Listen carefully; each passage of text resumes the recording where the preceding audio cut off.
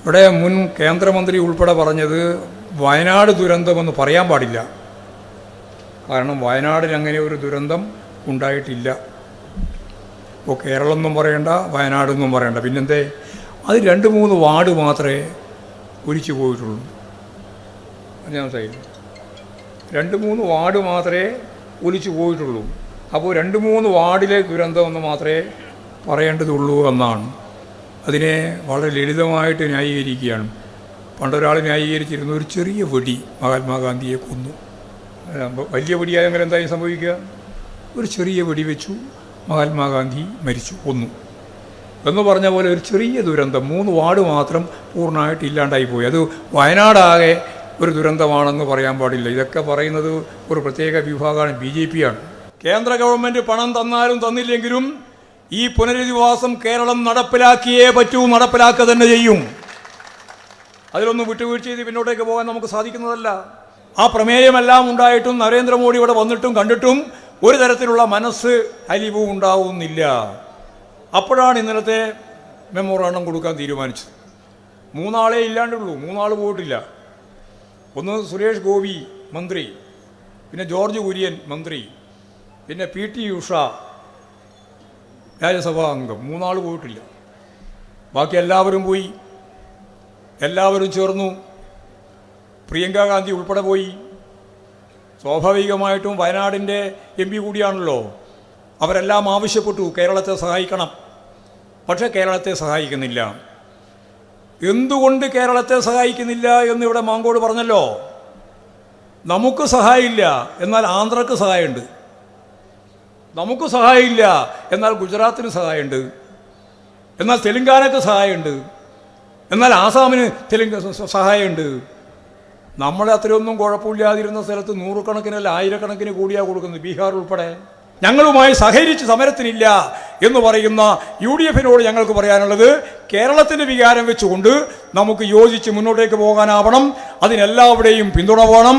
അതിൻ്റെ ഭാഗമായിട്ടാണ് ഇപ്പോൾ ഈ കേന്ദ്രത്തിൽ നടക്കുന്ന, രാഷ്ട്രപതി ഭവൻ്റെ മുമ്പിൽ നടക്കുന്ന കേന്ദ്ര ഗവൺമെൻറ്റിൻ്റെ പ്രതീകാത്മകമായ കേന്ദ്രമെന്ന രീതിയിൽ ഇവിടെ നടക്കുന്ന ഈ സമരം.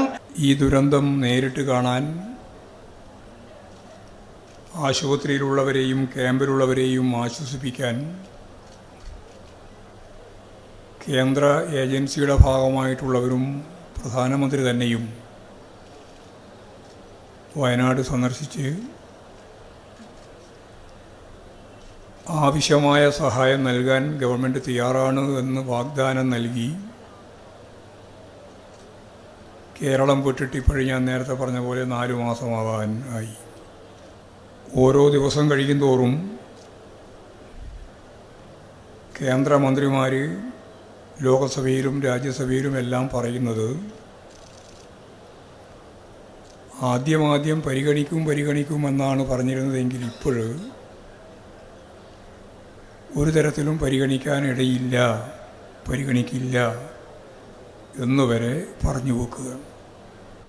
നമ്മളിപ്പോഴീ കേരളത്തിന് ഇങ്ങനെ ഒരു അപകടം ഉണ്ടായിട്ടുണ്ട്, വയനാട് ഇങ്ങനെ ഒരു ദുരന്തം ഉണ്ടായിട്ടുണ്ട്. ആ ദുരന്തം അഭിമുഖീകരിക്കുന്നതിന് വേണ്ടി ഞങ്ങൾക്ക് പണം തരണം എന്ന് യാചിക്കുകയല്ല, ഭരണഘടനാപരമായ ബാധ്യത നിങ്ങൾ നിർവഹിക്കണം എന്ന് ആവശ്യപ്പെടുകയാണ്. ചില ആളുകളെല്ലാം അങ്ങനെയാണ്, ചില പാർട്ടികളും അങ്ങനെയാണ് പറഞ്ഞുകൊണ്ടിരിക്കുന്നത്. ഇവിടെ മുൻ കേന്ദ്രമന്ത്രി ഉൾപ്പെടെ പറഞ്ഞത് വയനാട് ദുരന്തമെന്ന് പറയാൻ പാടില്ല. കാരണം വയനാടിന് അങ്ങനെ ഒരു ദുരന്തം ഉണ്ടായിട്ടില്ല. ഇപ്പോൾ കേരളം എന്നും പറയണ്ട, വയനാടെന്നും പറയണ്ട, പിന്നെന്തേ അത് 2-3 വാർഡ് മാത്രമേ ഒലിച്ചു പോയിട്ടുള്ളൂ. ഞാൻ മനസ്സിലായില്ല, 2-3 വാർഡ് മാത്രമേ ഒലിച്ചു പോയിട്ടുള്ളൂ. അപ്പോൾ 2-3 വാർഡിലെ ദുരന്തമെന്ന് മാത്രമേ പറയേണ്ടതുള്ളൂ എന്നാണ്. ഈ രാജ്യം കണ്ട ഏറ്റവും വലിയ ദുരന്തത്തിലൊന്നാണ് 2-3 വാർഡിലെ മുഴുവൻ മനുഷ്യന്മാരും അതുപോലെ തന്നെ ജീവജാലങ്ങളും വീടും അതുപോലുള്ള സ്വത്തും ഭൂമിയും എല്ലാം ഒലിച്ചു പോയത്. അതിനെ വളരെ ലളിതമായിട്ട് ന്യായീകരിക്കുകയാണ്. പണ്ടൊരാൾ ന്യായീകരിച്ചിരുന്നു, ഒരു ചെറിയ വെടി മഹാത്മാഗാന്ധിയെ കൊന്നു. വലിയ വെടിയായെങ്കിൽ എന്തായി സംഭവിക്കുക? ഒരു ചെറിയ വെടി വെച്ചു, മഹാത്മാഗാന്ധി മരിച്ചു, കൊന്നു എന്ന് പറഞ്ഞ പോലെ ഒരു ചെറിയ ദുരന്തം 3 വാർഡ് മാത്രം പൂർണ്ണമായിട്ട് ഇല്ലാണ്ടായിപ്പോയി. അത് വയനാടാകെ ഒരു ദുരന്തമാണെന്ന് പറയാൻ പാടില്ല. ഇതൊക്കെ പറയുന്നത് ഒരു പ്രത്യേക വിഭാഗമാണ്, BJP ആണ്. എന്നിട്ട് അവരിപ്പോൾ മാധ്യമങ്ങളിലെല്ലാം വന്ന് വലിയ വിശദീകരണമാണ്. കേരളത്തിൻ്റെ കയ്യിൽ ദുരന്ത നിവാരണ ഫണ്ടുണ്ട്, ആ ഫണ്ട് ചിലവഴിക്കണം. അപ്പോൾ നമ്മുടെ കയ്യിൽ ഫണ്ടുണ്ട്. പിന്നെയോ ഈ ദുരന്ത നിവാരണത്തിന് വേണ്ടി ഓരോ പ്രാവശ്യവും സംസ്ഥാനങ്ങൾക്ക് കേന്ദ്ര ഗവൺമെൻറ് അനുവദിക്കുന്നുണ്ട്, അതും അനുവദിക്കുന്നത് ഉപയോഗിക്കണം. അപ്പോൾ ഫണ്ടില്ല എന്ന് പറയുന്നത് ശരിയല്ല. ഇന്നലെ ഒരു ഗുണമുണ്ടായി, ഇതേവരെ ഇല്ലാതൊരു പുതിയ കാര്യം. അത് മുഖ്യമന്ത്രി സഖാവ് പിണറായി കേരളത്തിലെ MP-മാരുടെ യോഗം വിളിച്ചു ചേർത്തു. സാധാരണ ബഡ്ജറ്റിൻ്റെ എല്ലാം ഭാഗമായിട്ടും പ്രത്യേക സാഹചര്യം വരുമ്പോഴും മന്ത്രിമാരുടെ MP-മാരുടെ യോഗം വിളിച്ചു ചേർക്കുന്നത് ഒരു സ്ഥിരം ഏർപ്പാടാണ്. കേരളത്തിൽ അവരുടെ യോഗം വിളിച്ചു ചേർത്ത് മുഖ്യമന്ത്രി തന്നെ പറഞ്ഞു, നമുക്ക് വലിയ നഷ്ടമാണ്, കേരളത്തിന് വലിയ നഷ്ടമാണ്. കേരളത്തിൻ്റെ ചരിത്രത്തിൽ എല്ലാ സന്ദർഭങ്ങളിലും ദുരന്തങ്ങളും അതുപോലെ തന്നെ വലിയ രീതിയിലുള്ള പ്രതിസന്ധികളും വരുമ്പോൾ ജനങ്ങൾ ഒറ്റക്കെട്ടാണ്. നല്ല രാഷ്ട്രീയ ബോധമുള്ള വിവിധ രാഷ്ട്രീയ പ്രസ്ഥാനങ്ങളോടൊപ്പം നിൽക്കുന്ന മറ്റിതര സംസ്ഥാനങ്ങളിൽ നിന്ന് കുറച്ചുകൂടി വ്യത്യസ്തമായി രാഷ്ട്രീയ ഉത്ബുദ്ധതയുള്ള ഒരു നാട് തന്നെയാണ് കേരളമെന്ന കാര്യത്തിൽ സംശയമില്ല. എന്നാൽ കേരളീയരായ ജനങ്ങൾ എന്തെങ്കിലും പുതിയ അല്ലെങ്കിൽ ഒരു ദുരന്തം അനുഭവിക്കുമ്പോൾ, ഒരു പ്രശ്നം അഭിമുഖീകരിക്കുമ്പോൾ, അത് വെള്ളപ്പൊക്കമായാലും ഉരുൾപൊട്ടലായാലും എന്തു പ്രശ്നമായാലും അങ്ങനെയുള്ള പ്രശ്നങ്ങൾ അഭിമുഖീകരിക്കുമ്പോൾ കക്ഷി രാഷ്ട്രീയത്തിനതീതമായിട്ട് ജനങ്ങൾ ഒന്നിച്ചു ചേർന്ന് അതിൻ്റെ ഏറ്റവും ഫലപ്രദമായ പ്രതിരോധം എങ്ങനെ എന്ന കാര്യം കൈകാര്യം ചെയ്യുന്ന ഒരു ജനത കേരളത്തിലുള്ളതുപോലെ ലോകത്ത് തന്നെ അപൂർവമാണ് എന്ന് അനുഭവത്തിൻ്റെ വെളിച്ചത്തിൽ ദുരന്ത നിവാരണ സേന ഉൾപ്പെടെ എല്ലാവരും വ്യക്തമാക്കിയിട്ടുള്ള കാര്യമാണ്. അതാണ് കേരളത്തിൻ്റെ ഒരു പ്രത്യേകത.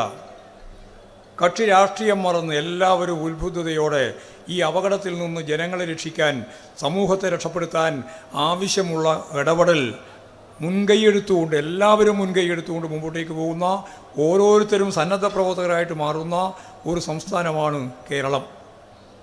കഴിഞ്ഞ പ്രാവശ്യം വെള്ളപ്പൊക്കം ഉണ്ടായപ്പോഴും നമ്മൾ കണ്ടു. അതുപോലെ തന്നെ ഈ ദുരന്തം ഉള്ളപ്പോൾ ചുരൽമല ഉൾപ്പെടെയുള്ള മേഖലയിലെ പൊട്ടി ഒഴുകി വന്ന ആ ദുരന്തത്തെ എങ്ങനെയാണ് അഭിമുഖീകരിച്ചതെന്ന് നമ്മൾ കണ്ടു. ആ സംഭവം നടന്ന ദിവസം രാവിലെ വിവരമറിഞ്ഞ ആ നിമിഷം എത്തിയവരാണ് ഞങ്ങളെല്ലാം. അങ്ങനെ പോകുമ്പോഴും വരുമ്പോഴുമെല്ലാം കണ്ട ഒരു കാഴ്ചയുണ്ട്. കേരളത്തിൻ്റെ വിവിധ മേഖലയിൽ നിന്ന്, സമീപ പ്രദേശത്ത് നിന്ന് മാത്രമല്ല, പ്രത്യേകമായ യൂണിഫോം അണിഞ്ഞ് ആ ദുരന്ത മേഖലയിലേക്ക് നൂറുകണക്കിന് ആളുകൾ നടന്നു വരുന്ന കാഴ്ചയാണ്. വാഹനത്തിലൊന്നും പോകാൻ സാധിക്കില്ല. അന്നേരമാണ് കേരളത്തിൻ്റെ വിവിധ മേഖലയിൽ നിന്ന് ഈ വിവരം അറിഞ്ഞ് ആ നിമിഷം പുറപ്പെട്ട നൂറുകണക്കിന് യുവാക്കളും യുവതികളും ആ ദുരന്ത മുഖത്ത് എത്തിച്ചേർന്നു എന്നുള്ളത് ഞങ്ങളെല്ലാം കണ്ട കാഴ്ചയാണ്. ആ ദിവസം, ആ സമയം സ്വാഭാവികമായിട്ടും കേരളത്തിൻ്റെ ഒരു ഒരുമ, കേരളത്തിലെ ജനങ്ങൾ അനുഭവിക്കുന്ന പ്രശ്നങ്ങൾക്ക് പരിഹാരം കാണുന്നതിന് വേണ്ടി ഞങ്ങളാലാവുന്നത് എന്താണോ അത് ചെയ്യാൻ വേണ്ടിയിട്ട് നല്ല മഴയാണ്, കോരിച്ചൊരിയുന്ന മഴ. ആ മഴയത്ത് യഥാർത്ഥത്തിൽ കുട പോലുമില്ലാതെ പ്ലാസ്റ്റിക്കിൻ്റെ പ്രത്യേക വസ്ത്രമെല്ലാം ധരിച്ച് വിവിധ മേഖലയിൽ നിന്ന് നടന്നു വരുന്ന ജനക്കൂട്ടത്തെയാണ് ഞങ്ങൾ ഓരോ പ്രാവശ്യവും അഭിമുഖീകരിച്ചത്. ഇത് കേരളത്തിൻ്റെ ഒരു മനസ്സാണ്. അതേപോലെ തന്നെ പ്രതിപക്ഷ രാഷ്ട്രീയ പ്രസ്ഥാനങ്ങൾ ഉൾപ്പെടെ എല്ലാവരും ഈ പ്രശ്നം ഉയർന്നു വന്നപ്പോൾ അതിനോടൊപ്പം ചേർന്നു. എല്ലാവരും ധരിച്ചു കേന്ദ്ര ഗവൺമെൻറ് നമ്മളെ സഹായിക്കും, ഇത്രയും വലിയൊരു ദുരന്തമുണ്ടായ സാഹചര്യത്തിൽ സഹായം ഉറപ്പാക്കും. 2000-ഓളം വരുന്ന കുടുംബങ്ങളെ പുനരധിവസിപ്പിക്കണം. മരിച്ചതിൻ്റെയും കാണാതായവരുടെയും കണക്ക് മാത്രമല്ല പ്രശ്നം നമ്മുടെ മുമ്പിൽ. ആ മേഖലയിൽ നിന്നെല്ലാം ഉള്ളവരെ പുനരധിവസിപ്പിക്കണം. അങ്ങനെ വരുമ്പോൾ ഗവൺമെൻറ് അവസാനം കണക്കാക്കിയത് ഏതാണ്ട് 2000 കുടുംബങ്ങൾ വരും. 2000 കുടുംബം. അതിൻ്റെ അർത്ഥം എന്താ? അതിൻ്റെ അർത്ഥം 2000 കുടുംബങ്ങൾക്ക് വീട് വേണം. നമ്മൾ വിചാരിക്കുന്നത് പോലെ മരിച്ചുപോയ കുടുംബം ഒരു 400-450 ഇനി കിട്ടാനുള്ള ഒരു 10-45 അങ്ങനെ വെച്ചാൽ ഒരു 300-ലധികം കുടുംബങ്ങൾക്ക് വീട് വേണമെന്നല്ലേ നമ്മൾ ധരിക്കുക. അല്ല, 2000 ആളുകൾക്ക് നമ്മൾ വീടുണ്ടാക്കി കൊടുക്കണം. ഇപ്പോൾ ഗവൺമെൻറ് രണ്ട് പ്രദേശം കണ്ടുപിടിച്ചു. അതിനെപ്പറ്റിയെല്ലാം പല തർക്കങ്ങളും ഉന്നയിക്കുന്നു. ഒരു തർക്കവുമില്ല. ആ 2 മേഖലയിൽ നിന്ന് കണ്ടെത്തിയിട്ടുള്ള ഭൂമിയിൽ പുനരധിവാസത്തിനാവശ്യമായ വീടും മറ്റ് സൗകര്യങ്ങൾ എന്ന് പറഞ്ഞാൽ സാധാരണ സൗകര്യമല്ല ഉദ്ദേശിക്കുന്നത്.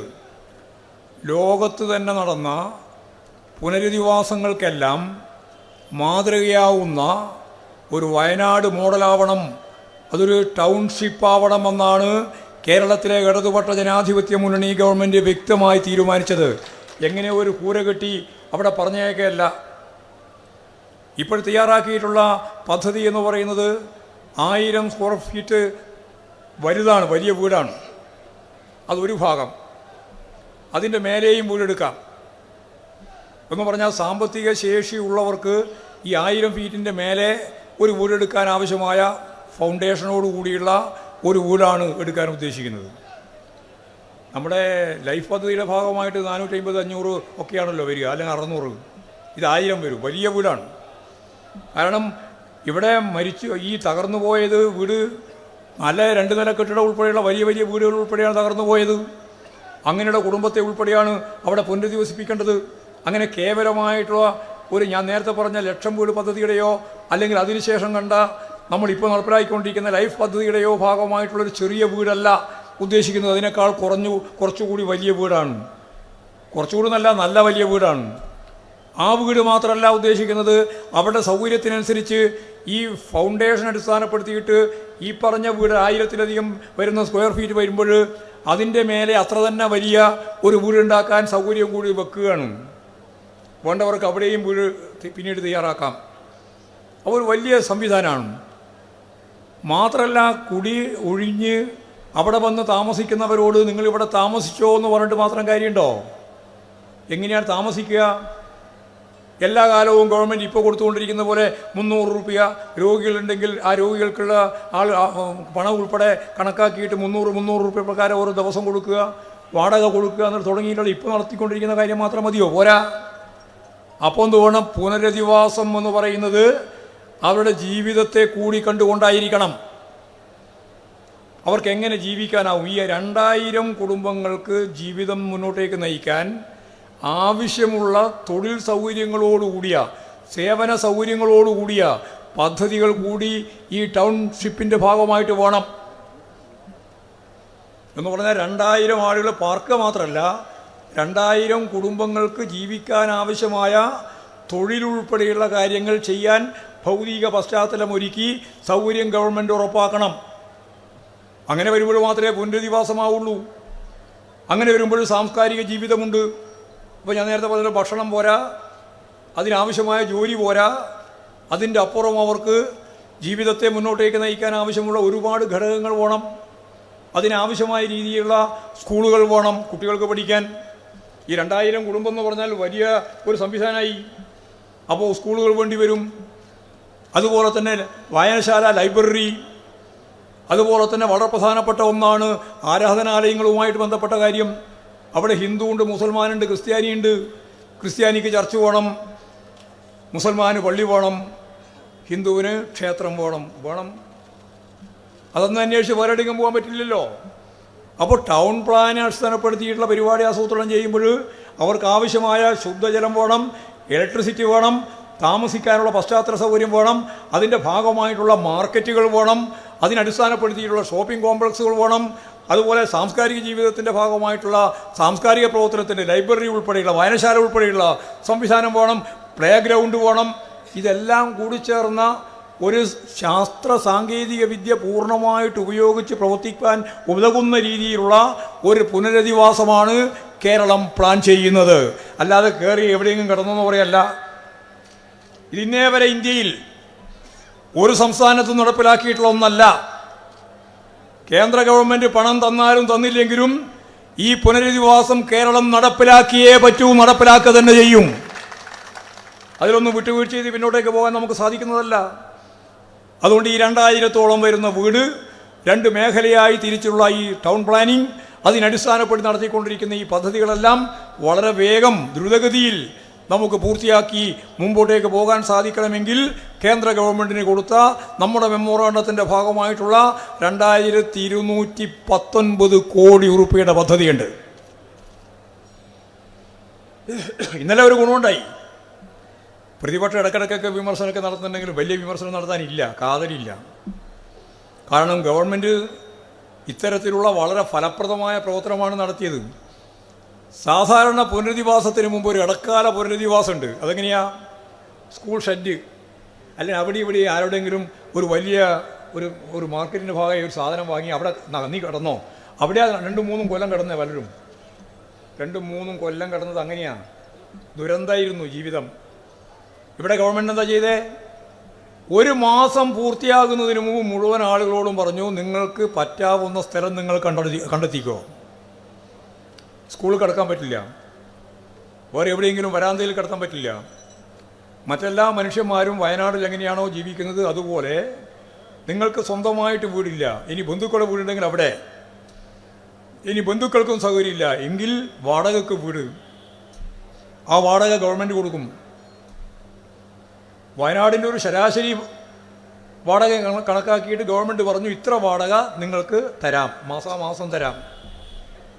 1 മാസം കൊണ്ട് പുനരധിവാസത്തിൻ്റെ ഭാഗമായ താൽക്കാലിക ഷെൽട്ടറുകളിൽ സ്കൂളുകളിലൊക്കെ പാർപ്പിച്ച മുഴുവൻ ആളുകളെയും സ്വന്തം വാടക വീട്ടിലേക്ക് നയിച്ചു. അപ്പോൾ ഒരു സ്വാഭാവിക പ്രശ്നമുണ്ട്. വാടക വീട്ടിലേക്ക് കൊണ്ടുപോയാൽ പിന്നെ വാടക കൊടുത്തു ഗവൺമെൻറ്, പിന്നെ എങ്ങനെയാണ് ജീവിക്കുക? അപ്പോൾ രോഗികളുണ്ട്, പരിക്ക് പറ്റിയവരുണ്ട്, ഒന്നും പറ്റാത്തവരുണ്ട്, അമ്മയും അച്ഛനും പോയിട്ട് മക്കൾ മാത്രമുള്ള 2-3 കുടുംബങ്ങൾ അങ്ങനെയുണ്ട്. അങ്ങനെ ഒരു നിരവധി കുടുംബങ്ങളാണ്. അപ്പോൾ കൃത്യമായിട്ട് ഗവൺമെൻറ് പറഞ്ഞു, ഒരാൾക്ക് ഏതാണ്ട് 300 രൂപ പ്രകാരം രോഗികൾ ഉൾപ്പെടെയുള്ളവർക്ക് ആ കണക്കാക്കിയിട്ട് നിങ്ങൾക്ക് ഓരോ ദിവസവും ഗവൺമെൻറ് പണം തരും. ഇങ്ങനെ ഒരു പുനരധിവാസം ഇതിനു മുമ്പ് എവിടെയെങ്കിലും നടന്നോ? കേരളത്തിൽ തന്നെ ഇടതുപക്ഷ ജനാധിപത്യ മുന്നണിയുള്ള പുഴമ്പൂർ നടന്നിട്ടില്ല. ഇപ്പോഴിതെല്ലാം അതിൻ്റെ എല്ലാ അനുഭവത്തിൻ്റെ വെളിച്ചത്തിലാണ് ഇത്തരം ഒരു പരിപാടി പ്ലാൻ ചെയ്തത്. അതുകൊണ്ട് താൽക്കാലിക ഷെൽട്ടറിൽ കിടന്ന് നരകിക്കുന്ന ഒരവസ്ഥ ഉണ്ടായില്ല. കൃത്യമായിട്ട് അവർക്ക് പണം നൽകി. മരിച്ചുപോയവരുണ്ട്, അവരുടെ ആശ്രിതർക്ക് 4 ലക്ഷം വീതം ആദ്യ ഗഡു കൊടുത്തു ഗവൺമെൻറ്, കേരള ഗവൺമെൻറ് 4 ലക്ഷം വീതം. പരിക്ക് പറ്റിയവർക്ക് ഉൾപ്പെടെ പണം നൽകി. ഇങ്ങനെ കേരളത്തിലെ ഇടതുപക്ഷ ജനാധിപത്യ മുന്നണി ഗവൺമെൻറ് കേരളത്തിൻ്റെ ചരിത്രത്തിൽ ഇന്നേ വരെ ഇല്ലാത്ത രീതിയിലുള്ള നല്ല ഇടപെടൽ ഈ പുനരധിവാസവുമായി ബന്ധപ്പെട്ടതിൻ്റെ ആദ്യഘട്ടത്തിലും ഇനി പുനരധിവാസത്തിൻ്റെ അവസാന ഘട്ടം പോകുമ്പോൾ എല്ലാവർക്കും പോലും ഞാൻ നേരത്തെ പറഞ്ഞ ടൗൺഷിപ്പ് അടിസ്ഥാനപ്പെടുത്തിയിട്ട് മുമ്പോട്ടേക്ക് പോകുമ്പോഴും അത് ലോകത്തിന് തന്നെ മാതൃകയാവുന്ന വളരെ പ്രധാനപ്പെട്ട ഒരു പദ്ധതിയാണ് അവിടെ പൂർത്തിയാക്കാൻ ഉദ്ദേശിക്കുന്നത്. അതിന് പണം വേണം. 2219 കോടി എന്നാണ് ഗവൺമെൻറ് ആവശ്യപ്പെട്ടത്. ഇപ്പോൾ ഞാൻ നേരത്തെ പറഞ്ഞ പോലെ വിമർശനങ്ങളെല്ലാം കുറേ ഉന്നയിക്കുന്നുണ്ടെങ്കിലും UDF ഉൾപ്പെടെയുള്ളവർ തീരുമാനിച്ചു, നമുക്ക് കേരള മുഖ്യമന്ത്രി വിളിച്ചു ചേർത്ത യോഗത്തിൻ്റെ തീരുമാനമനുസരിച്ച് ഇന്ത്യൻ പ്രധാനമന്ത്രിയെയും ആഭ്യന്തരമന്ത്രിയെയും കണ്ട് കേരളത്തിൻ്റെ ആവശ്യമായ ഈ 2220-21 കോടി രൂപയുടെ മുന്നോട്ടേക്ക് വെച്ച ഡിമാൻഡ് നമുക്ക് തരണമെന്ന് നമ്മൾ ആവശ്യപ്പെടുന്ന സഹായം അടിയന്തരമായിട്ട് കിട്ടണം, അടിയന്തരമായിട്ട് നൽകണം എന്നാവശ്യപ്പെട്ടുകൊണ്ട് ഒരു മെമ്മോറാണ്ടം തയ്യാറാക്കി ഒപ്പിട്ട് MP-മാർ ഇവരെ കാണണം എന്ന് തീരുമാനിച്ചു. ഇന്നലെ കണ്ടു. അതൊരു പുതിയ മാറ്റം തന്നെയാണ്. ഞങ്ങളതിനെ അംഗീകരിക്കുകയാണ്, സ്വാഗതം ചെയ്യുകയാണ്. കാരണം കേരളത്തിൻ്റെ വികാരമാണല്ലോ, കേരളീയരുടെ പ്രശ്നമാണല്ലോ. ആ പ്രശ്നത്തിലാണല്ലോ കേന്ദ്ര ഗവൺമെൻറ്റിനോട് ഞങ്ങൾക്ക് സഹായം വേണമെന്ന് കേരളം ഒറ്റക്കെട്ടായി അസംബ്ലിയിൽ പ്രമേയം പാസാക്കി ഏകണ്ഠമായിട്ട്. അവിടെയും തർക്കമുണ്ടായിരുന്നില്ല, ഏകണ്ഠമാണ്. ആ പ്രമേയമെല്ലാം ഉണ്ടായിട്ടും നരേന്ദ്രമോദി ഇവിടെ വന്നിട്ടും കണ്ടിട്ടും ഒരു തരത്തിലുള്ള മനസ്സ് അലിവും ഉണ്ടാവുന്നില്ല. അപ്പോഴാണ് ഇന്നലത്തെ മെമ്മോറാണ്ടം കൊടുക്കാൻ തീരുമാനിച്ചത്. 3 ആളെ ഇല്ലാണ്ടുള്ളൂ, 3 ആൾ പോയിട്ടില്ല. ഒന്ന് സുരേഷ് ഗോപി മന്ത്രി, പിന്നെ ജോർജ് കുര്യൻ മന്ത്രി, പിന്നെ PT ഉഷ രാജ്യസഭാ അംഗം. 3 ആൾ പോയിട്ടില്ല. ബാക്കി എല്ലാവരും പോയി, എല്ലാവരും ചേർന്നു. പ്രിയങ്ക ഗാന്ധി ഉൾപ്പെടെ പോയി. സ്വാഭാവികമായിട്ടും വയനാടിൻ്റെ MP കൂടിയാണല്ലോ. അവരെല്ലാം ആവശ്യപ്പെട്ടു കേരളത്തെ സഹായിക്കണം. പക്ഷേ കേരളത്തെ സഹായിക്കുന്നില്ല. എന്തുകൊണ്ട് കേരളത്തെ സഹായിക്കുന്നില്ല എന്നിവിടെ മാങ്കോട് പറഞ്ഞല്ലോ. നമുക്ക് സഹായമില്ല, എന്നാൽ ആന്ധ്രക്ക് സഹായമുണ്ട്. നമുക്ക് സഹായമില്ല, എന്നാൽ ഗുജറാത്തിന് സഹായമുണ്ട്. എന്നാൽ തെലുങ്കാനക്ക് സഹായമുണ്ട്, എന്നാൽ ആസാമിന് സഹായമുണ്ട്. നമ്മളെ അത്രയൊന്നും കുഴപ്പമില്ലാതിരുന്ന സ്ഥലത്ത് നൂറുകണക്കിനല്ല ആയിരക്കണക്കിന് കൂടിയാണ് കൊടുക്കുന്നത്. ബീഹാർ ഉൾപ്പെടെ അവർക്കെല്ലാം സഹായം കൊടുക്കാൻ തയ്യാറുണ്ട്. മാത്രമല്ല, പ്രകൃതി ദുരന്തത്തിൻ്റെ ഭാഗം മാത്രമല്ല, ബഡ്ജറ്റിൻ്റെ ഭാഗമായിട്ട് വരുമ്പോഴും അവർക്കെല്ലാം ഇഷ്ടം പോലെ കൊടുക്കുന്നുണ്ട്. കേരളത്തിന് പണം തരില്ല. കേരളത്തിന് പണം തരില്ല എന്ന് മാത്രമല്ല, ഞാൻ നേരത്തെ പറഞ്ഞ പോലെ ഓശാരത്തിനൊന്നും ചോദിക്കുന്നതല്ല, യാചിക്കുന്നതൊന്നുമല്ല. ഈ രാജ്യത്തിൻ്റെ ഭരണഘടനാപരമായ അധികാരങ്ങൾ, അതിൻ്റെ ഭാഗമായിട്ടുള്ള അവകാശങ്ങൾ നമുക്ക് നൽകേണ്ടത്, കേരളത്തിന് നൽകേണ്ടത് തരുന്നില്ല എന്ന പരാതിയാണ് നമ്മൾ മുന്നോട്ടേക്ക് വെക്കുന്നത്, വേറെയല്ല. എത്ര ആയിരം കോടിയാണ് കേരളത്തിന് നൽകേണ്ടുന്ന പണം തരാതിരുന്നത്? ഞാനതിൻ്റെ ആദ്യ കണക്ക് മൊത്തം പരിശോധിച്ച ലക്ഷക്കണക്കിനാണ്. ലക്ഷക്കണക്കിന് കോടി രൂപ കേരളത്തിന് നൽകേണ്ടുന്ന പണം ഈ കേന്ദ്ര ഗവൺമെൻറ് തരുന്നില്ല കുറച്ച് കൊല്ലമായിട്ട്. ഇപ്പോൾ നിങ്ങൾക്കറിയാലോ, ധനകാര്യ കമ്മീഷൻ. ഈ ധനകാര്യ കമ്മീഷനാണ് ആളോഹരി ഓരോ സംസ്ഥാനത്തിനും എത്രയാണ് പണം സംസ്ഥാനത്തിന് നൽകേണ്ടത്, ഭരണഘടനാപരമാണ് നൽകേണ്ടത് എന്ന് തീരുമാനിക്കുന്നത്. നമുക്ക് 10ാം ധനകാര്യ കമ്മീഷൻ്റെ ഭാഗമായിട്ട് കേരളത്തിന് അന്ന് കിട്ടിയിരുന്നത് 3.9% ധനകാര്യ കമ്മീഷൻ്റെ ഭാഗമായിട്ട് നമുക്ക് ആളോഹരി കിട്ടിയിട്ടുള്ള കൃത്യമായിട്ടുള്ള വിഹിതം 3.9%. ഇപ്പോൾ അവസാനം വന്ന് നോക്കുമ്പോൾ ഇപ്പോൾ കിട്ടുന്നത് 1.9% മാത്രം. ഈ 2% എന്ന് പറഞ്ഞാൽ എത്രയായിരം കോടിയാണ്. ഓരോ കൊല്ലവും ഈ കേരളത്തിന് നൽകേണ്ടുന്ന ജനങ്ങളുടെ ജനസംഖ്യാടിസ്ഥാനത്തിൽ അതിൻ്റെ ഓഹരിയായിട്ട് കാണുമ്പോൾ നമുക്ക് തരേണ്ടിയിരുന്ന എത്രയായിരം കോടി ഉറുപ്പികയാണ് യഥാർത്ഥത്തിൽ കേരളത്തിന് നൽകാതിരിക്കുന്നത്. എന്തുകൊണ്ടാണ് കേരളത്തിന് കുറച്ചത് എന്ന ചോദ്യത്തിന് അവർക്ക് ഉത്തരമുണ്ട്. നിങ്ങൾ വലിയ രീതിയിൽ മുന്നേറിയിരിക്കുകയാണ്. നിങ്ങൾ വിദ്യാഭ്യാസ മേഖലയിൽ, നിങ്ങൾ ആരോഗ്യ മേഖലയിൽ, നിങ്ങൾ വിദ്യാഭ്യാസത്തിൻ്റെ മാത്രമല്ല ഉന്നത വിദ്യാഭ്യാസത്തിൻ്റെ മേഖലയിൽ, എല്ലാ മേഖലയിലും നിങ്ങൾ 1ാം സ്ഥാനമാണ്. ശിശു സംരക്ഷണം ഉൾപ്പെടെ എല്ലാറ്റിലും നിങ്ങൾ 1ാം സ്ഥാനം. ആയുസിൻ്റെ കാര്യത്തിൽ ഉൾപ്പെടെ എല്ലാം നിങ്ങൾ 1ാം സ്ഥാനം. പിന്നെ എന്തിനാണ് നിങ്ങൾക്ക് കൂടുതൽ പണം? എന്നാൽ ഇതൊന്നും അല്ലാത്ത വളരെ പിന്നണിയിൽ കിടക്കുന്ന സംസ്ഥാനങ്ങൾക്കല്ലേ കൂടുതൽ കൊടുക്കേണ്ടത്? കേട്ടാൽ ന്യായമെന്ന് വിചാരിക്കും. നമ്മൾ മുന്നോട്ട് വന്നു എന്നുള്ളതുകൊണ്ട് മുന്നോട്ട് വന്നതിൻ്റെ പ്രശ്നമല്ലേ പിന്നെ കൈകാര്യം ചെയ്യേണ്ടത്? ആ കൈകാര്യം ചെയ്യാൻ പണം തരണ്ടേ? ആ പണം തരുന്നില്ല എന്ന് മാത്രമല്ല, അത് നിഷേധിക്കുന്നതിന് പുതിയ മാർഗം കണ്ടെത്തുകയാണ്. കഴിഞ്ഞ ഒരു വർഷം മാത്രം 2022-23, ഇതിപ്പോൾ 23, 24, 25 നമ്മളുള്ളത്. എത്രയായിരുന്നു നമുക്ക് കിട്ടേണ്ടിയിരുന്നത്? 64,000 കോടിയാണ് ഒറ്റ കൊല്ലം തരാതിരുന്നത്. ഒരു കൊല്ലം മാത്രം കേരളം പോലുള്ളൊരു സംസ്ഥാനത്തിന് റവന്യൂ കമ്മി നികത്തുന്നതിന് വേണ്ടി നേരത്തെ പറഞ്ഞ ധനകാര്യ കമ്മീഷൻ്റെ ഭാഗമായിട്ട് കിട്ടേണ്ടത് ഉൾപ്പെടെയുള്ള കാര്യങ്ങളെല്ലാം കണക്ക് കൂട്ടി നോക്കിയാൽ 57,000 കോടി കിട്ടിയിട്ടില്ല. കേന്ദ്ര ഗവൺമെൻറ്റും സംസ്ഥാന ഗവൺമെൻറ്റും കൂടിച്ചേർന്ന് നടപ്പിലാക്കുന്ന പദ്ധതിക്ക് കിട്ടേണ്ടുന്ന വിഹിതത്തിൻ്റെ ഭാഗമായിട്ട് 7,000 കോടിയും കിട്ടിയില്ല. 57,000-ഉം 7-ഉം 64,000 കോടിയാണ് കഴിഞ്ഞ സാമ്പത്തിക വർഷം മാത്രം ഒറ്റ സാമ്പത്തിക വർഷത്തിൽ നമുക്ക് നഷ്ടമായത്. എവിടെയാണ് കേരളം നിൽക്കുക? എന്നിട്ട് ഈ കേരളം ട്രഷറി പൂട്ടാതെ വലിയ കുഴപ്പമില്ലാതെ പോകുന്നു. മുൻഗണനാ ക്രമം അനുസരിച്ച് പാവപ്പെട്ട മനുഷ്യർക്ക് കൊടുക്കേണ്ടുന്ന ക്ഷേമ പെൻഷൻ ഉൾപ്പെടെ കൊടുക്കുന്നു. പാവപ്പെട്ട ജനങ്ങൾക്ക് നൽകേണ്ടുന്ന ചെറിയ ആനുകൂല്യങ്ങൾ ഉൾപ്പെടെ വലിയ കുഴപ്പമില്ലാതെ കൊടുത്തു പോകുന്നു. കുടിശ്ശിക തീർത്തുകൊണ്ടിരിക്കുന്നു. എങ്ങനെയാണ് ഈ കേരളം മുന്നോട്ടേക്ക് പോയത്? നമ്മൾ 58% അധിക വരുമാനം മുൻ കുടിശ്ശികയുടെ ഭാഗമായിട്ട് പിരിച്ചത്. 58% എന്ന് പറഞ്ഞാൽ പകുതിയിലധികം പിരിച്ചു. അതുകൊണ്ടാണ് ട്രഷറി പൂട്ടാതിരുന്നത്.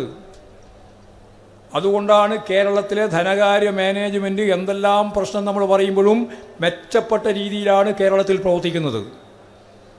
അങ്ങനെയാണ് ഇപ്പോൾ നിലനിൽക്കുന്നത്. ഇപ്പോഴും നമ്മൾ നല്ല രീതിയിലുള്ള നികുതി പിരിവ് ഉൾപ്പെടെയുള്ള കാര്യങ്ങൾ ശ്രദ്ധിച്ച് മുന്നോട്ടേക്ക് പോവുകയാണ്. വളരെ വ്യക്തതയോടുകൂടി അധിക ചെലവൊന്നുമില്ലാതെ മുന്നോട്ടേക്ക് പോകാൻ ശ്രമിച്ചുകൊണ്ടിരിക്കുകയാണ്. അപ്പോൾ നമ്മുടെ ഗവൺമെൻറ്റിനെതിരായിട്ട് കേന്ദ്ര ഗവൺമെൻറ് ഒരു ഉപരോധം നിർത്തുകയാണ്. ഇവിടെ പറഞ്ഞില്ലേ നമുക്ക് കടമെടുക്കണം. കടമെടുക്കുന്നത് എന്തോ വലിയ അപകടമാണെന്നാണ് ചിലർ പറഞ്ഞുകൊണ്ടിരിക്കുന്നത്. ആ ധാരണയിലുള്ളവരല്ല ഞങ്ങൾ. ദൈനംദിന ചെലവിന് വേണ്ടി കടമെടുക്കാൻ പാടില്ല. ശമ്പളം വാങ്ങാൻ വേണ്ടി കൊടുക്കാൻ വേണ്ടി കടം വാങ്ങാൻ പാടില്ല. സത്യം പറഞ്ഞാൽ കടമെടുക്കേണ്ടത് എന്തിനു വേണ്ടിയാ? മൂലധന നിക്ഷേപത്തിന് വേണ്ടി കടമെടുക്കണം.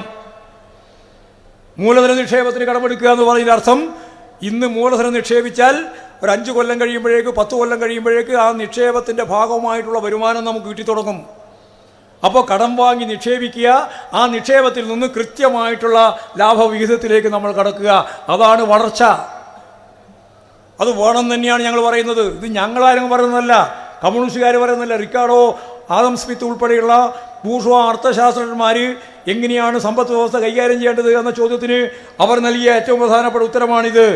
ധനമൂലധനത്തെ എങ്ങനെ വിഭജിക്കാം, ആ വിഭജിച്ച് എങ്ങനെയാണ് വികസന പ്രവർത്തനത്തിൻ്റെ ഭാഗമായി നമുക്ക് മൂലധനം സ്വരൂപിക്കുന്നതിന് വേണ്ടി കടം വാങ്ങി ഉപയോഗിക്കേണ്ടത് എന്ന കാര്യമൊന്നും മാർക്സ് പറഞ്ഞല്ല. മാർക്സ് പറഞ്ഞിട്ടത് വേറെ. ബൂർഷ്വാ അർത്ഥശാസ്ത്രന്മാരാണ് ഇത് വിശദീകരിച്ചത്. അതിൻ്റെ ഭാഗമാണ് കേരളം. കേരളം ഒരു ഇടതുപക്ഷ ഗവൺമെൻറ്റിൻ്റെ ഭാഗമാണ് എന്ന് പറയുമ്പോൾ സോഷ്യലിസ്റ്റ് ഗവൺമെൻറ് ഒന്നുമല്ല. ഇത് ഇന്ത്യയിലെ കുത്തക മുതലാളിത്തത്തിന് നേതൃത്വത്തിലുള്ള ഗവൺമെൻറ്റിൻ്റെ ഭാഗം തന്നെയാണ്. ഭരണകൂട വ്യവസ്ഥ മൗലികമായ മാറ്റമൊന്നും സംഭവിച്ചിട്ടില്ല. ചെറിയ ചെറിയ മാറ്റം മാത്രമേ വന്നിട്ടുള്ളൂ. ഭൂബന്ധത്തിലൊക്കെ മൗലികമായ മാറ്റം ഉണ്ടായിട്ടുണ്ട്. എന്നാൽ എല്ലാം അതേപോലെ തന്നെ സോഷ്യലിസത്തിൻ്റെ രീതിയിൽ പോകുകയാണെന്നുള്ളൊരു തെറ്റിദ്ധാരണയും വേണ്ട. കമ്മ്യൂണിസ്റ്റ് പാർട്ടിയും ഇടതുപക്ഷ പാർട്ടികളും മുന്നോട്ടേക്ക് വെക്കുന്ന മുദ്രാവാക്യങ്ങൾ നടപ്പിലാക്കുന്ന ഒരു ഗവൺമെൻറ് അല്ല പിണറായി വിജയൻ ഗവൺമെൻറ്. എന്നോടൊരു ചാനലിൻ്റെ ഭാഗമായിട്ട് ചർച്ചയ്ക്ക് പോയപ്പോൾ പറഞ്ഞതെങ്ങനെയാണ്, ഈ പിണറായി വിജയൻ ഭരണകൂടം, ഒന്നാമത്തെ പ്രാവശ്യം ഞാൻ സഹിച്ചു, പോട്ടെ, അറിയാണ്ട് പറയുന്നതാണ്. ഈ ഏങ്കർമാർ ഇങ്ങനെ വൈകാട്ട് പഠിച്ചിട്ട് പറയുന്നതാണല്ലോ. അപ്പോൾ എന്നോട് രണ്ടാമത് പറയാം. കുറച്ച് കഴിഞ്ഞ് ഇങ്ങനെ പറഞ്ഞുകൊണ്ട് വരുമ്പോൾ വീണ്ടും പിണറായി വിജയൻ ഭരണകൂടം. അപ്പോൾ ഞാൻ പറഞ്ഞു, പിണറായി വിജയൻ ഭരണകൂടമല്ല. അല്ലേ? ചങ്ങാതി വൈകാട്ട് പഠിച്ചതാ? ഞാൻ പറഞ്ഞു അല്ല. അപ്പോൾ എന്നോട് ചോദിച്ചു പിന്നെ ആരുടേതാണ്? ഞാൻ പറഞ്ഞു നരേന്ദ്രമോദീൻ്റെ. അപ്പോൾ കൂടുതൽ കൺഫ്യൂഷൻ. കേരള ഗവൺമെൻറ് ഭരണകൂടം, കേരളത്തിൻ്റെ ഭരണകൂടം നരേന്ദ്രമോദിയുടേതാണെന്ന് പറഞ്ഞാൽ പിന്നെ പറയേണ്ട കാര്യം. അപ്പോൾ അവർ അല്ലേ എന്ന് പറഞ്ഞു. അല്ല പറഞ്ഞു. പിന്നെ ആരാന്ന് ചോദിച്ചു. ഞാൻ പറഞ്ഞു നരേന്ദ്രമോദിൻ്റെയാണ്. ഞാൻ പറഞ്ഞത് അന്നും ഇന്നും ശരിയാ, നാളെയും ശരിയാ. ഈ ഭരണകൂടം എന്ന് പറഞ്ഞാൽ എക്സിക്യൂട്ടീവ്, ജുഡീഷ്യറി, ലെജിസ്ലേച്ചർ ഉൾക്കൊള്ളുന്ന ഭരണകൂട വ്യവസ്ഥ. അതിൻ്റെ ഒപ്പം നാലാമത്തെ കാര്യം പറയാൻ വേണമെങ്കിൽ ഫോർത്ത് സ്റ്റേജ് എന്ന് പറയുന്ന മാധ്യമ ശൃംഖലയും. ഇത് നാലും ചേരുന്നതാണ് ഭരണകൂടം. ഈ ഭരണകൂടം കമ്മ്യൂണിസ്റ്റ് പാർട്ടി നിയന്ത്രിക്കുന്നതോ ഇടതുപക്ഷം നിയന്ത്രിക്കുന്നതോ ആയ ഒന്നല്ല. ഇന്ത്യയിലെ ഭരണകൂട വ്യവസ്ഥ കുത്തക മുതലാളിത്തവുമായിട്ടും ഭൂപ്രഭുത്വവുമായിട്ടും സാമ്രാജ്യത്വ സാമ്പത്തിക ശക്തികൾ, ഫിനാൻസ് മൂലധനവുമായിട്ടും എല്ലാം ബന്ധപ്പെട്ട് നിൽക്കുന്ന ഒരു ഭരണകൂട വ്യവസ്ഥയാണ്. മൂലധന നിക്ഷേപം നടത്തി വാർത്തകൾ ഉൽപ്പാദിപ്പിക്കുന്നത് ഇതിൻ്റെ ഭാഗമായിട്ടുള്ള വലിയ മുതലാളിമാരാണ്. ഇവിടെ കുത്തിവെച്ച ഈ സാധനങ്ങളെല്ലാം അവരുടെ ചെലവിലാണ്. നിൽക്കുന്ന ആളെ പറ്റിയല്ല എനിക്ക് പരാതി. അവർ നമ്മളെ വർക്കാണ്. ഇവിടെ നിൽക്കുന്നവരുണ്ടല്ലോ പത്രക്കാരെന്ന് പറഞ്ഞ് നടക്കുന്നേ, അവരെല്ലാം വിചാരിക്കുന്നത് ഞാൻ അദാനീൻ്റെ ആളാണ്. എന്ത് അദാനി? അദാനീൻ്റെ ഒക്കെ ഉണ്ട് ഇവിടെ കുത്തിവെച്ചിട്ട് ഇല്ലേ? അദാനിയുണ്ട്, അംബാനിയുണ്ട്, ഇവരെല്ലാം ഉണ്ട്. അവരുടെ താല്പര്യം സംരക്ഷിക്കാൻ വേണ്ടിയിട്ടാണ് വാർത്ത എഴുതുന്നത്. ഞാനിപ്പോൾ പ്രസംഗിക്കുന്നത് നാളെ പത്രത്തിൽ കൊടുക്കാനാണ്, നാളെ ടി വിയിൽ വരാൻ വേണ്ടിയിട്ടാണെന്ന് ഒരു തെറ്റിദ്ധാരണക്കാർക്കും വേണ്ട. എനിക്കൊട്ടുമില്ല. എന്തെങ്കിലും ഒരു പിഴവ് പറ്റിയിട്ടുണ്ടോ നോക്കാനാണ് നിൽക്കുന്നത്. പറഞ്ഞതിൽ എന്തെങ്കിലും വല്ല പെശകും എവിടെയെങ്കിലും സംഭവിച്ചിട്ടുണ്ടോ എന്ന് അന്വേഷിക്കാൻ വേണ്ടി നിൽക്കുന്ന ഇതെല്ലാം. എന്നിട്ട് അവസാനം ഒരു വരി കൊടുക്കും, എം.വി. ഗോവിന്ദൻ ഉദ്ഘാടനം ചെയ്തു, കഴിഞ്ഞു, തീർന്നില്ലേ? ഇതല്ലേ വാർത്താ രീതി? അതിനിടയിൽ എന്തെല്ലാം കളവ് ഉപയോഗിക്കാൻ പറ്റുമോ അതൊക്കെ ഇതിനകത്ത് കൂട്ടിച്ചേർക്കുകയും ചെയ്യും. ഇത് നമുക്കെതിരായിട്ട് പറയുന്ന ഏറ്റവും പ്രധാനപ്പെട്ട ഭരണകൂടത്തിൻ്റെ ഭാഗമായി നിൽക്കുന്ന ഒരു വാർത്താ ശൃംഖലയാണ് മഹാഭൂരിപക്ഷവും. അതുകൊണ്ടാണ് ഞാൻ ഭരണകൂടത്തിൻ്റെ നാലാമത്തെ ഭാഗം ആദ്യം പറഞ്ഞത്. പിന്നെ എന്തെല്ലാമുണ്ട്? എക്സിക്യൂട്ടീവ് കമ്മ്യൂണിസ്റ്റ് പാർട്ടി തീരുമാനിക്കുന്ന പോലെ പ്രവർത്തിക്കുന്നതാണ്, ഭരണഘടനയാണ്. അത് കേന്ദ്ര ഗവൺമെൻറ്റുമായിട്ട് ബന്ധപ്പെട്ടതാണ്. എക്സിക്യൂട്ടീവ് അങ്ങനെയാണ്. ജുഡീഷ്യറി തിരഞ്ഞെടുപ്പുണ്ടോ? 5 കൊല്ലം കൂടുമ്പോൾ ഇന്ന മജിസ്ട്രേറ്റിനെ തിരഞ്ഞെടുക്കാൻ പോവുകയാണെന്ന് പറഞ്ഞാൽ ഏതെങ്കിലും മജിസ്ട്രേറ്റിനെ തിരഞ്ഞെടുത്തിട്ടുണ്ടോ? ഉണ്ടോ? ഏതെങ്കിലും ജഡ്ജിയെ തിരഞ്ഞെടുത്തിട്ടുണ്ടോ? ജുഡീഷ്യറിയിൽ എവിടെയെങ്കിലും ജനാധിപത്യ സംവിധാനത്തിൻ്റെ ഭാഗമായിട്ട് നിലപാടാണോ ഇപ്പോഴും സ്വീകരിക്കുന്നത്? 75 കൊല്ലം റിപ്പബ്ലിക്കായിട്ടും അല്ലല്ലോ. അല്ല, നമുക്കറിയാലോ കൊളീജിയമാണ്. അപ്പോൾ അതൊക്കെ കേന്ദ്ര ഗവൺമെൻറ്റിൻ്റെ ഭാഗമായിട്ടുള്ള വർഗ നിലപാട് തന്നെയാണ്. എക്സിക്യൂട്ടീവിൽ ഭൂരിപക്ഷമില്ല, അതുപോലെ തന്നെ ജുഡീഷ്യറിയിൽ ഭൂരിപക്ഷമില്ല, ഫോർത്ത് എസ്റ്റേറ്റ് എന്ന് പറയുന്ന മാധ്യമത്തിൽ ഭൂരിപക്ഷമില്ല. പിന്നെ എവിടെയാണ് നമുക്ക് ഭൂരിപക്ഷം ഉള്ളത്? ഒറ്റ ഒന്നിലാണ്, അത് ലെജിസ്ലേച്ചറാണ്, അസംബ്ലി. അസംബ്ലിയിൽ ഭൂരിപക്ഷം ഉണ്ട് എന്നുള്ളതുകൊണ്ട്, ഈ 4ൽ 1 ഭൂരിപക്ഷം ഉള്ളതുകൊണ്ട് ഭരണവർഗത്തിൻ്റെ നിലപാടുകളിൽ നിന്ന് വ്യത്യസ്തമായി തൊഴിലാളി വർഗത്തിൻ്റെ വർഗഭരണം നടത്താൻ കഴിയുന്ന ഒന്നാണ് കേരളത്തിലെ സംസ്ഥാന ഗവൺമെൻറ് എന്ന ഒരുപാട് തെറ്റിദ്ധാരണ ഒരുപാട് ആളുകൾക്കുണ്ട്. ഞങ്ങൾക്ക് ആ തെറ്റിദ്ധാരണയില്ല. എന്നാൽ ഒരുപാട് കാര്യങ്ങൾ ആശ്വാസകരമായ രീതിയിൽ നമുക്ക് കേരളത്തിൽ നിർവഹിക്കാൻ സാധിച്ചിട്ടുണ്ട്, അങ്ങനെ നിർവഹിച്ചിട്ടുമുണ്ട്. അങ്ങനെ നിർവഹിച്ചതിൻ്റെ ഭാഗമായിട്ട് ഒരു കാര്യം ഞാൻ ചോദിക്കാം. കേരളത്തിൽ ഇന്ത്യയിലെ വിവിധ സംസ്ഥാനങ്ങളിലുള്ള ഒരു വർഗം കേരളത്തിലില്ല. എല്ലാവരുടെയും ഉണ്ട് ആ വർഗം, ഇല്ലേ? കേട്ടില്ലേ വർഗങ്ങളെ പറ്റി? അങ്ങനെയുള്ള കേരളത്തിലില്ലാത്ത ആ വർഗം ഏതാണ്? പറഞ്ഞോ. പിന്നെ വെറുതെ പ്രസംഗം കേട്ടിരുന്ന കാര്യം. ഇവിടെ ഇന്ത്യയിൽ എല്ലാ സംസ്ഥാനങ്ങളിലും ഉണ്ട്, എന്നാൽ ഈ കേരളത്തിൽ ഒരു വർഗം ഇല്ല. ആ വർഗം ഏതാണ്? ജന്മി വർഗം. ജന്മിയില്ല. പണ്ട് അരപ്പാടം പറയുന്നുണ്ട്, KPR അരപ്പാട്ടൻ, KPR ഗോപാലിൻ്റെ അനിയൻ. വെച്ചുകാടൽ, കങ്കാണി, നൂരി, മുക്കാല്, വാശി, വണ്ണാത്തി മാറ്റി മുടക്കൽ, കല്ലും തോലും വെച്ചുകെട്ടൽ, കൂലിയാൻ ഉൾപ്പെടെയുള്ള അക്രമപ്പിരിവുകൾക്ക് എന്തും ചെയ്യാൻ അവകാശമുണ്ടായിരുന്ന ജന്മി. ആ ജന്മിയിലായി കേരളത്തിൽ. കേരളത്തിലില്ല എന്ന് മാത്രം പറഞ്ഞാൽ ശരിയാവില്ല, കേരളത്തിൽ മാത്രമില്ല. ആ മാറ്റം കേരളത്തിനുണ്ട്. കാർഷിക മേഖലയിൽ വലിയ മാറ്റം ഉണ്ടായിട്ടുണ്ട്. ഭൂബന്ധത്തിൽ മൗലികമായ മാറ്റം ഉണ്ടായിട്ടുണ്ട്. അങ്ങനെ കേരളം ഇന്ത്യക്ക് മാതൃകയാവുന്ന ഒരു സംസ്ഥാനമായിട്ട് വളർന്നിട്ടുണ്ട്. ഇനിയും നമുക്ക് വളരാൻ കഴിയും. കേന്ദ്ര ഗവൺമെൻറ്റിൻ്റെ എല്ലാ പിന്തുണയും ഉണ്ടെങ്കിൽ മാത്രമേ കേരളത്തിന് മുന്നോട്ടേക്ക് പോകാൻ സാധിക്കുള്ളൂ എന്നൊരു ചിത്രം ഒരു 10-20 കൊല്ലം കൊണ്ട് മാറും. പരമാവധി 20 കൊല്ലം. ഇതിൻ്റെ ഒരു ഷീട്ടും ഇല്ലാണ്ട് ഈ കേരളം ലോകത്തെ ഏറ്റവും പ്രധാനപ്പെട്ട 400 കൊല്ലക്കാലത്തെ വികസിതമായിട്ട് വളർന്നു വന്ന രാജ്യത്തിലെ ജനങ്ങളുടെ ജീവിത നിലവാരത്തിലേക്ക് എത്താൻ ഈ കേരളത്തെ പ്രാപ്തമാക്കുന്ന ഒരു 20 വർഷം കൂടി ഒരു പുതിയ കേരളം സൃഷ്ടിക്കാൻ നമുക്ക് കിട്ടിയാൽ ഒരു കേന്ദ്ര ഗവൺമെൻറ്റിൻ്റെയും യാതൊരു തരത്തിലുള്ള പിന്തുണയും ഇല്ലാതെയും നമുക്ക് മുന്നോട്ടേക്ക് പോകാം. ആ സമ്പദ് വ്യവസ്ഥയാണ്, അതിനൊരു പുതിയ പേര് കൊടുത്തിട്ടുണ്ട്. ആ സമ്പദ് വ്യവസ്ഥയാണ് എന്ത്?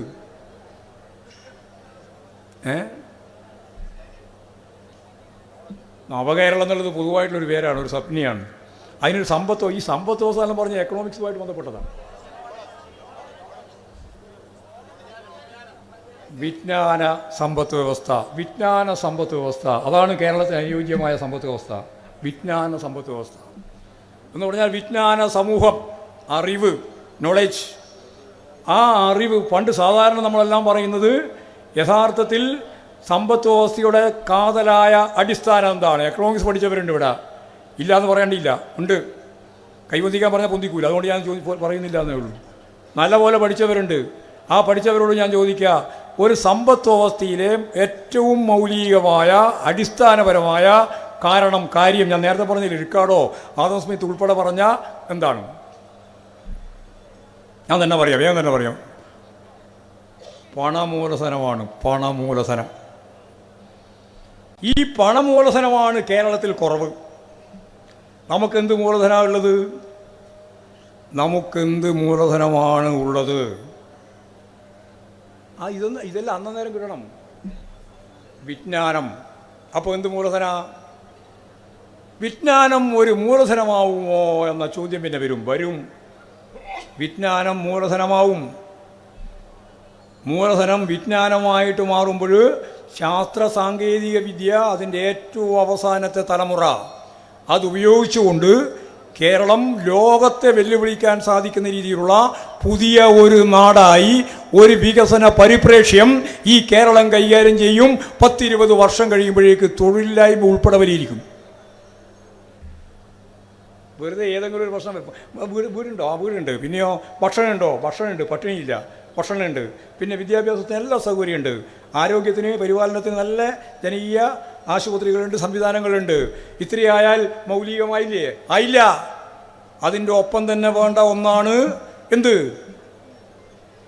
വിജ്ഞാനത്തിൻ്റെ ഉയർന്ന തലത്തിലേക്കുള്ള യാത്ര. അത് നമുക്കിപ്പോഴ് വിഴിഞ്ഞം നമുക്കൊരു ഫലപ്രദമായ കാര്യമായിട്ട് വരും. ലോകത്തിലെ ഏറ്റവും പ്രധാനപ്പെട്ട ഒന്നാണ്, തുറമുഖമാണ് വിഴിഞ്ഞം. അതാ പ്രകൃതി കൂടി ചേർന്നപ്പോഴാണ് അതങ്ങനെ. നമ്മളിപ്പോഴേ മനസ്സിലാക്കിയിട്ടുള്ളൂ. പണ്ടേ മനസ്സിലാക്കിയവരുണ്ട്, പക്ഷെ നമ്മളിപ്പോഴാണ് മനസ്സിലാക്കിയത്. കപ്പൽ താരയുണ്ടല്ലോ, കപ്പൽ താര. ആനത്താര കേട്ടിട്ടുണ്ടോ? തിരുവനന്തപുരക്കാർക്ക് ആനത്താര അറിയില്ല. അറിയോ? ആന പോകുന്ന വഴിയാണ്. ആ വഴിയിലൊക്കെ ഇപ്പോൾ ആരുണ്ട്? ആനത്താരയുടെ വഴിയിലാണ് ഇപ്പോൾ ആരുള്ളത്? മനുഷ്യന്മാർ. അവിടെയാണ് ആര് കയറി വരുന്നത്? ആന കയറുന്നു. എന്താ ആന കയറുന്നു? ആന കയറി പോയിക്കൊണ്ടിരിക്കുക. പണ്ടും ഇപ്പോഴും അത് നൂറ്റാണ്ടുകളായിട്ട് പോയിക്കൊണ്ടിരിക്കുന്ന സ്ഥലം. നിങ്ങൾ കയറിയേ. അപ്പോൾ ആരാ കയറിയേ? ആനയാണോ കയറിയത്? അല്ല, നിങ്ങളാണോ കയറിയത്? നമ്മളാ കയറിയത് അല്ലേ? ആന നോക്കുമ്പോൾ താരയില്ല. എവിടെ പോകാനാ ആന? പക്ഷേ ആന അതെല്ലാം തല്ലി പൊളിച്ച് അതിലെ കൂടെ അങ്ങോട്ടിങ്ങനെ പോകും. അപ്പോൾ പറയുമ്പോൾ ഭയങ്കരമായ വന്യമൃഗ പ്രശ്നം. സത്യം പറഞ്ഞാൽ വന്യമൃഗങ്ങളെ സംരക്ഷിക്കേണ്ട ഉത്തരവാദിത്വം നമുക്കല്ലേ ഉള്ളതല്ലേ? മനുഷ്യനല്ലേ ഏറ്റവും ആധുനികമായ ബുദ്ധിയുള്ള മനുഷ്യൻ. അതുപോലെ അത് പറഞ്ഞ വേറെ കാര്യം പറയാനാണ്. അതുപോലെ ലോകത്ത് 10,000 ലക്ഷക്കണക്കിന് കപ്പലുണ്ട്. നമ്മൾ വിചാരിച്ച ചെറിയ കപ്പൽ, അവിടെയും ചില കപ്പൽ കൊച്ചിയിലെല്ലാം കണ്ട കപ്പലാണ് നമ്മൾ വിചാരിച്ച്. പക്ഷേ 10,000 ലക്ഷക്കണക്കിന് കപ്പലുകൾ ഉറുമ്പ് പോലെ ഇങ്ങനെ ഈ ലോകത്തിൻ്റെ വിവിധ മേഖലയിലൂടെ, കടലിലൂടെ പോയിക്കൊണ്ടിരിക്കുകയാണ്. അതിൻ്റെ പേരാണ് എന്ത്? കപ്പൽ താര. കപ്പൽ താര. നമ്മുടെ വിഴിഞ്ഞത്തിൽ നിന്ന് ഏറ്റവും അടുത്താണ് കപ്പൽ താര. ബാക്കി എല്ലാ തുറമുഖങ്ങളിലേക്കും കയറി പോകണം. ഇത് നേരെ അടുത്ത് കാണും. ഒരു 10-14 കിലോമീറ്റർ അങ്ങോട്ട് പോയാൽ നമ്മുടെ താരായി. അതിലെ കൂടിയാണ് പോയിക്കൊണ്ടിരിക്കുന്നത് ആയിരക്കണക്കിന് കപ്പൽ. അതിനൊക്കെ കയറി വരാനും ഇവിടെ ആളുകളെ ഇറക്കാനും അതുപോലെ തന്നെ ഇവിടെയുള്ള കണ്ടെയ്നർ ഇറക്കാനും എല്ലാ സൗകര്യം ഇവിടെയുണ്ട്. ഇതുപോലെ ഒരു സൗകര്യമുള്ള വേറൊരു പ്രധാനപ്പെട്ട തുറമുഖം ലോകത്ത് തന്നെ അപൂർവമാണ്.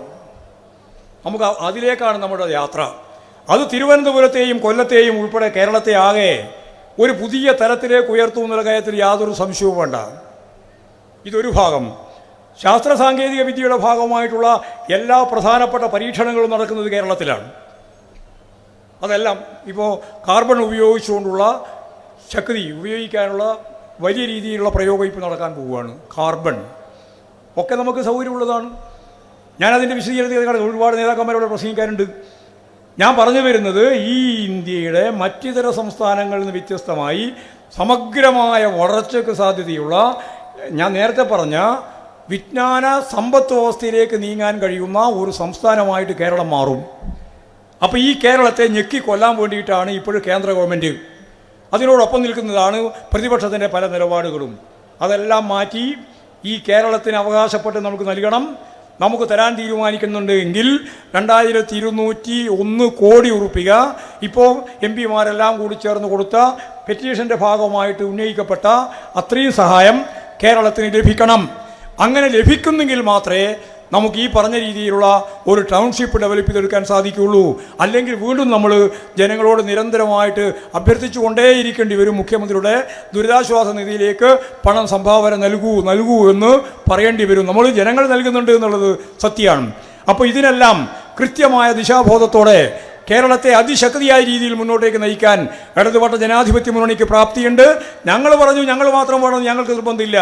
കോൺഗ്രസ് ഉൾപ്പെടെ UDF ഉൾപ്പെടെയുള്ള എല്ലാവരുമായി ചേരാൻ കേരളത്തിൻ്റെ താല്പര്യമാണ്, കേരളത്തിലെ ജനങ്ങളുടെ ആവശ്യമാണ്, അതിനുവേണ്ടി തയ്യാറാണ് എന്ന് പറഞ്ഞപ്പോൾ സതീശൻ പറഞ്ഞു ഞങ്ങൾ വരാൻ തയ്യാറില്ല. പെറ്റീഷൻ കൊടുക്കാൻ വന്നിട്ടുണ്ട്, മെമ്മോറാണ്ടം കൊടുക്കാൻ വന്നിട്ടുണ്ട്, പക്ഷേ സമരത്തിന് വരാൻ തയ്യാറില്ല എന്നാണ്.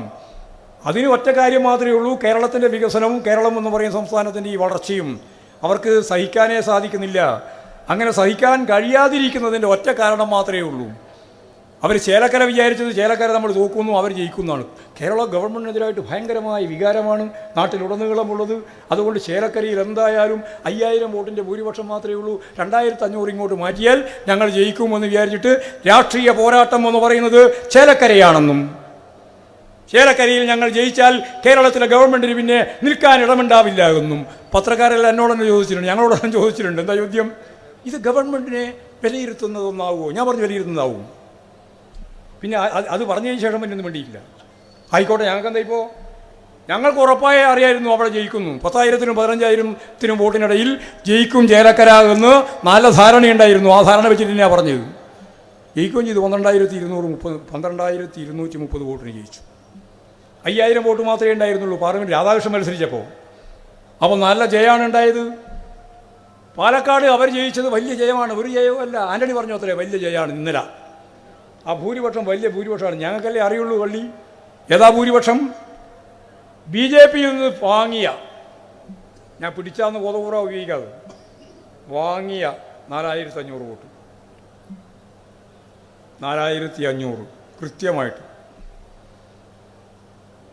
SDPI ജമായത്ത് ഇസ്ലാമി അവർ തന്നെ പത്രസമ്മേളനം വിളിച്ച് പറഞ്ഞത് ഞങ്ങൾ 10,000 വോട്ട് നൽകിയിട്ടുണ്ട്. 10,000. ആ 10,000-വും 4,500 ഇത്രയും 14,500. ബാക്കി എത്രയാണ് ഭൂരിപക്ഷം? ഈ 14,500 വോട്ട് തീർത്താൽ പിന്നെ ഏതാ ഭൂരിപക്ഷം എന്ന്? അപ്പോൾ ആന്റണി പറഞ്ഞ വലിയ ഭൂരിപക്ഷം ഒരു അഹങ്കരിക്കേണ്ട ഒന്നാണെന്ന് പറഞ്ഞ വല്ല കാര്യമുണ്ടോ? ജമായത്ത് ഇസ്ലാമിൻ്റെ ന്യൂനപക്ഷ വർഗീയതയുടെ ഭൂരിപക്ഷ വർഗീയത RSSൻ്റെ വോട്ട് വാങ്ങി നിങ്ങൾ ജയിച്ചിരിക്കുന്നു എന്ന് കാണണം. സ്വയം വിമർശനം കാണണം. ഇതെല്ലാം ഭാവിയിൽ വരുന്ന UDF-ൻ്റെ ഗുരുതരമായ പ്രത്യാഘാതം സൃഷ്ടിക്കുന്ന രാഷ്ട്രീയമായിരിക്കും. ന്യൂനപക്ഷ വർഗീയതയെ പ്രോത്സാഹിപ്പിക്കുക, ഭൂരിപക്ഷ വർഗീയതയിൽ നിന്നും വാങ്ങുക. ഈ ഒരു പരിപാടി ഒരു പാർലമെൻറ്റ് ഒരു അസംബ്ലി മണ്ഡലത്തിൽ മാത്രം, പാലക്കാട് അസംബ്ലി മണ്ഡലത്തിൽ മാത്രം ഈ പ്രശ്നം പരിഹരിക്കാൻ സാധിക്കുന്നതല്ലോ. അപ്പോൾ നിങ്ങളുടെ രാഷ്ട്രീയം എന്തായി? നിങ്ങൾ വർഗീയതയ്ക്കെതിരായിട്ട് പോരാൻ സാധിക്കുമോ നിങ്ങൾക്ക്? ന്യൂനപക്ഷ വർഗീയതയോടൊപ്പമല്ലേ നിങ്ങളുള്ളത്? ജമാഅത്ത് ഇസ്ലാമിനെയും അതുപോലെ തന്നെ ഈ SDPI-യെയും തള്ളി പറയാൻ നിങ്ങൾക്ക് സാധിക്കുന്നുണ്ടോ? ലീഗല്ലേ അതിൻ്റെ ഏറ്റവും പ്രധാനപ്പെട്ട ഭാഗമായി നടക്കുന്നത്. അതുകൊണ്ടാണ് ഞങ്ങൾ ലീഗിനെയും വിമർശിച്ചത്, അതിൻ്റെ പ്രസിഡന്റിനെയും വിമർശിച്ചത്. ഞങ്ങളെ വിമർശിക്കാൻ പാടില്ല എന്നാണ് അവർ പറയുന്നത്.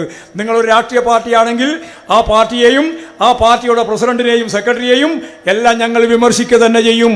വിമർശിക്കുന്നതിൻ്റെ ഭാഗമായിട്ട് വേറെ ഒന്നും കാണണ്ട, ഒരു പൊളിറ്റിക്കൽ പാർട്ടി എന്ന രീതിയിൽ കണ്ടാൽ മതി. ഇപ്പം ഞാനതിൻ്റെ മറ്റ് വിശദീകരണത്തിലേക്കല്ല. ഏതായാലും ഒരു കാര്യം ഞാൻ ഉറപ്പായിട്ട് പറയാം.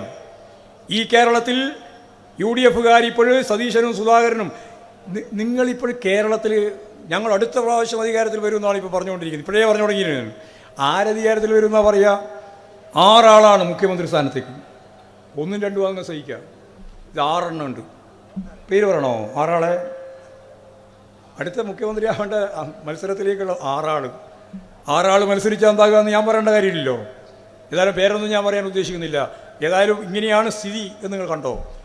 അതുകൊണ്ട് ഒരു കാര്യം ഞാൻ ഉറപ്പിച്ച് പറയാം.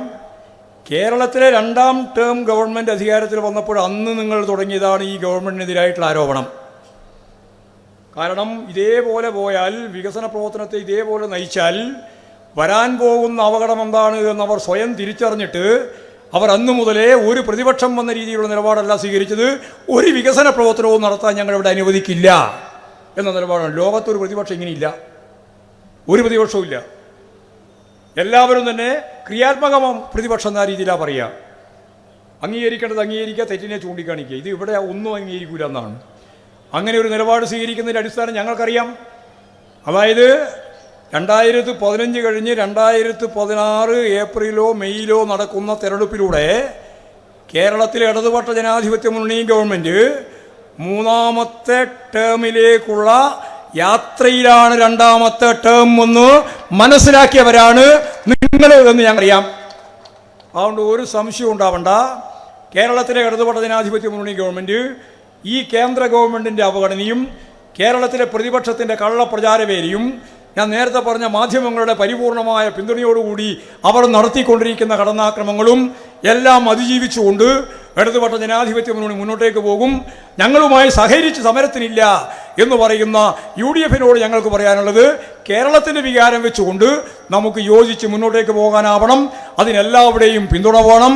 അതിൻ്റെ ഭാഗമായിട്ടാണ് ഇപ്പോൾ ഈ കേന്ദ്രത്തിൽ നടക്കുന്ന രാഷ്ട്രപതി ഭവൻ്റെ മുമ്പിൽ നടക്കുന്ന കേന്ദ്ര ഗവൺമെൻറ്റിൻ്റെ പ്രതീകാത്മകമായ കേന്ദ്രമെന്ന രീതിയിൽ ഇവിടെ നടക്കുന്ന ഈ സമരം, അതുപോലെ എല്ലാ കേന്ദ്രങ്ങളിലും ജില്ലാ കേന്ദ്രങ്ങളിലും ഇന്ന് 10,000-കണക്കിന് ആളുകൾ പങ്കെടുക്കുന്ന സമരം നടത്തിക്കൊണ്ടിരിക്കുകയാണ്. ഈ സമരത്തിലെല്ലാം അണിചേർന്ന മുഴുവൻ സഖാക്കളെയും സുഹൃത്തുക്കളെയും നേതാക്കളെയും അഭിവാദ്യം ചെയ്തുകൊണ്ട് ഈ പരിപാടി സൂചനാപരമായ ഒരു സമരം മാത്രമാണ്. ഈ കേരളത്തിലെ മുഴുവൻ ജനങ്ങളെയും അണിനിരത്തിയിട്ടുള്ള അതിബൃഹത്തായ അതിശക്തിയായ സമരങ്ങളും പോരാട്ടങ്ങളും കേന്ദ്ര ഗവൺമെൻറ് ഇതുകൊണ്ടൊന്നും പഠിക്കുന്നില്ല, ഒന്നും തരാൻ തയ്യാറില്ല എന്ന രീതി വന്നാൽ നമുക്ക് സമരവുമായിട്ട് മുന്നോട്ടേക്ക് പോകേണ്ടി വരും എന്ന് മാത്രം ചൂണ്ടിക്കാണിച്ചുകൊണ്ട് ഈ സമരം ഔപചാരികമായി ഉദ്ഘാടനം ചെയ്തതായിട്ട് അറിയിച്ചുകൊണ്ട് ഞാൻ എൻ്റെ വാക്കുകൾ ഉപസംഹരിക്കുകയാണ്.